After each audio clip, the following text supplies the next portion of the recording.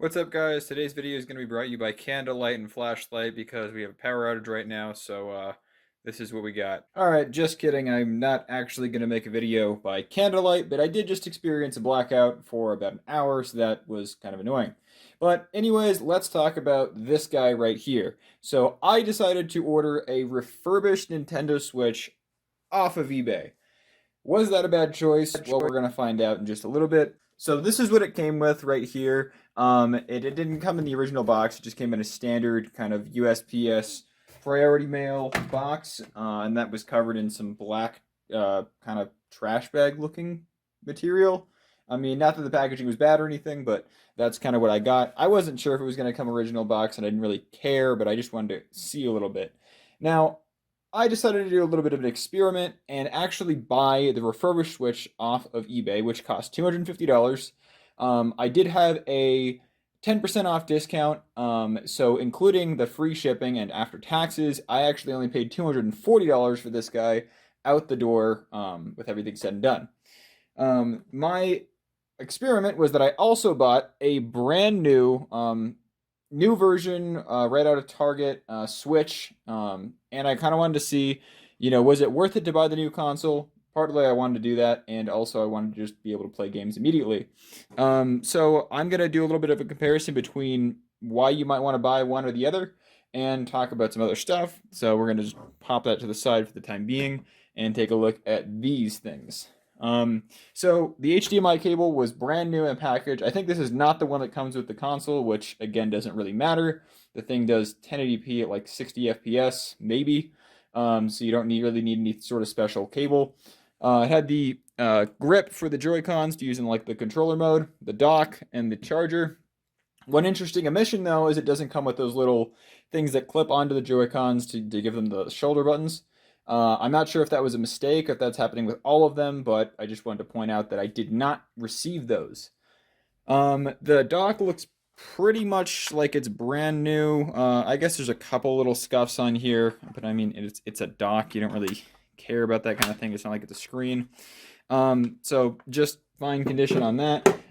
The controller does look a little bit scuffed up. You can see here, if I get it towards the light a little bit closer to camera. Let's see if I can focus here. There we go.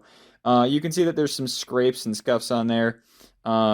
So this is obviously not brand new hardware that they've included in there. They didn't like buy it new from, GameStop or anything like that. And you can see, in terms of the screen, pretty solid. I mean, you can see the smudges on there. There are some little imperfections. Let's see if I can get really close here, just the right angle. Yeah, you can see a couple little scuffs and scrapes over there. Little scratches on the screen. Nothing serious, but it's not like a brand new console. The Joy-Cons are a little bit scuffed up as well. It's all definitely been used. But everything seems to be in perfect working order. That there's actually kind of a line right there. It's sort of interesting. I just noticed that. So I don't know if this was just like returned and somebody with an eBay store might have just kind of made sure everything was good, throwing stuff back in the box and resold them, or if they're actually repaired. One thing that I did notice though, see if you can tell on camera, is this. You might not be able to tell immediately, but if I kind of put it at an angle like that, you can see that the console is bowed in just a little bit, like that. So I believe this is actually an issue that can happen with the first generation Switches. They have the plastic that they're made with is not the most durable. Sometimes these grills can kind of get warped or even break off if they're used in the dock a lot because they do produce more heat in the dock. So that's kind of interesting. Everything seemed to work just fine. It didn't come with any battery charge, so I did charge it up and just kind of, fuss around a little bit. Docks just fine, plays just fine. But that's kind of what you're getting there. Now, there's a question. Should you buy this, or should you not bother with all that and come and just go buy, the new console that you can get in the store? Well, I would say this refurbished console is pretty much for one kind of person and one kind of person only. And that is somebody who really can barely stomach the cost of $300 for their console, and then gets a little bit nauseous if you start talking about an extra $60 for an individual game, at least the newer games and that kind of stuff, not independent titles and that kind of thing. That can be kind of pricey for some people, so this might be a good option. Maybe you're weighing between a Switch Lite and you really want a full-fledged Switch, but you just don't want to pay the extra money. I mean, this is fully functional, and this is probably a really good option if you're looking to do that kind of thing. Yeah, it's not in perfect condition, but it works just fine. So things get a little bit more complicated if we start talking about the differences between these two consoles. So these are not exactly the same Switches. If you have done any research, you probably already know about this a little bit, but there are two discrete, distinctively different versions of the Switch. There is the one that was pretty much produced all the way back in 2017 when the console was released, and then it stopped being produced right around September of 2019. The one exception being if you got the Mario Kart bundle it was $300 with the Switch and Mario Kart, you still got the first generation Switch.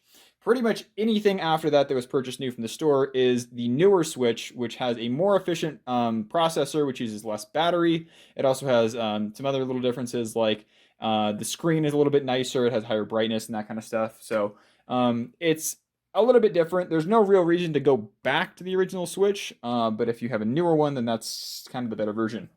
So why would you get refurbished? Couldn't you find something like maybe a used Switch that has a couple of games with it for around $300, that kind of thing? Yes, you can, and the reason you might want to get a refurbished Switch or something that's from a reputable seller, not just a guy on Craigslist, not just, some rando on eBay that might not have a return policy and that kind of thing. The Switches can have some problems to look out for. So there are a few things. I mentioned a little bit about how the Switches can get things like warped from heat and that kind of thing. You can have these little grates break off. There are things like Joy-Con drift, which if you don't know about, there's a whole ton of information about that on the internet. Basically, a Joy-Con will read that, say, for example, it's always reading like it's going to the right, and even when you're doing nothing. That can be some stuff to look out for, and if you buy one on Craigslist or something like that, and then you have to replace it, you're out $80, and you probably would have been better off just buying a standard, brand new in the box Switch from a store. The other thing that you might want to consider is that some people who have hacked their Switch get banned permanently. The console gets banned permanently from being used online. So that can be really annoying. Let's say that you get Smash Ultimate or you want to play like Warframe or any game like that online. There is literally no way that you can play online with that console because that's what Nintendo has decided to do about people modifying consoles, which could be a whole other thing, but not super cool. And if you get stuck with one of those, that really sucks. And you have a much smaller base of people that you might have to resell it to that specifically never, ever, ever want to use any sort of online function. So I think that there's actually a pretty good reason that you might want to pick up a refurbished console rather than a used console that's just from some guy. Honestly, my opinion, after using the new Switch from the store and then kind of going back to this guy, it's worth the extra money. If you get, obviously tax rates will vary and everything, but a new Switch after tax and everything from the store is $320-ish. And then of course you have a return policy if you do start to see things like Joy-Con drift. You can buy a warranty through whatever store you buy it through and that kind of stuff. And that is all stuff that is pretty valuable if you're looking at something like this, because this is not just a standard console. Obviously, it's something that you might bring with you all over the place. There is a wider range of things that might happen to it, and as I've just covered, there are more things that could be wrong with a used system. I also want to say that I think the seller did a pretty good job. It came with this little note here, which obviously you're not going to be able to read, but it just says stuff like, thanks for your purchase. If you have any questions or concerns or anything like that, it gives you an email to talk to, and kind of says that he will make a priority to get back to your emails and that kind of stuff. So I think I'm going to end up selling this because I just like the newer version more. If I was going to keep it, I imagine this is the kind of guy that might send me the little Joy-Con attachments if I wanted them. And he seems like a pretty reputable seller, and the guy's name is Jesse. I will include an annotation or something for the actual seller if you're interested in getting this guy.